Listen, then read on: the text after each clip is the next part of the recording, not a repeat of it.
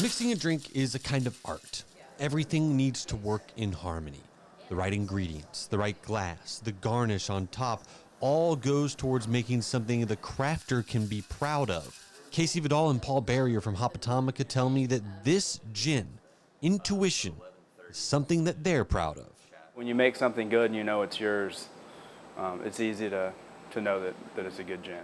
It's unlike any gin you've ever tried, made with a potato base instead of the leftover mash from whiskey. Vidal says that's on purpose. Liquor and spirits have had this stigma as of recently that it's so bad for you, stay away from it, cold turkey, there doesn't need to be this black and white. Like, how can I bridge the gap between healing my body and creating a spirit that showcases the beauty and the craft behind that? Health is very important to Casey. She's had health issues for more than a decade, a gluten intolerance that she self-described as borderline celiac. She grew up in the spirits industry and decided that now was the time to make her mark on it. Vodka's vodka. You can't do too much to it to make it differentiate.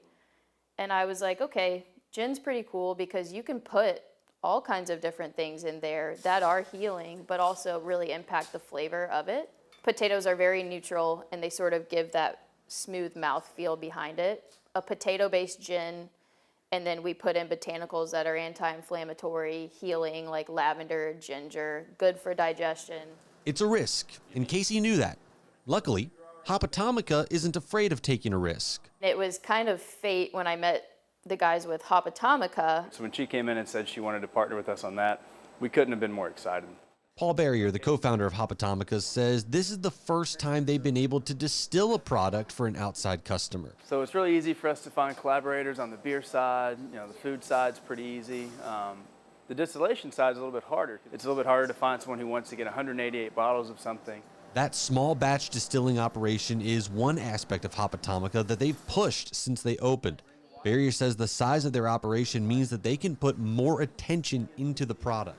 We can actually take that one batch, break it down into the best cuts, eliminate where we need to, add where we need to come up with the best product. It really is that, that famous single batch gin, which makes it such high quality.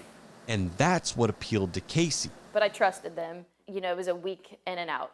Put everything in for the distillation, and then it's produced after a week. So it was a very quick turnaround. A risk.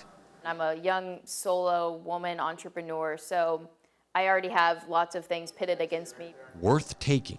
Trying to put something together to build something and create it is very exciting. It's one of the biggest reasons we opened Hop Atomica. In Louisville, Jim Stratman, WHAS 11, on your side.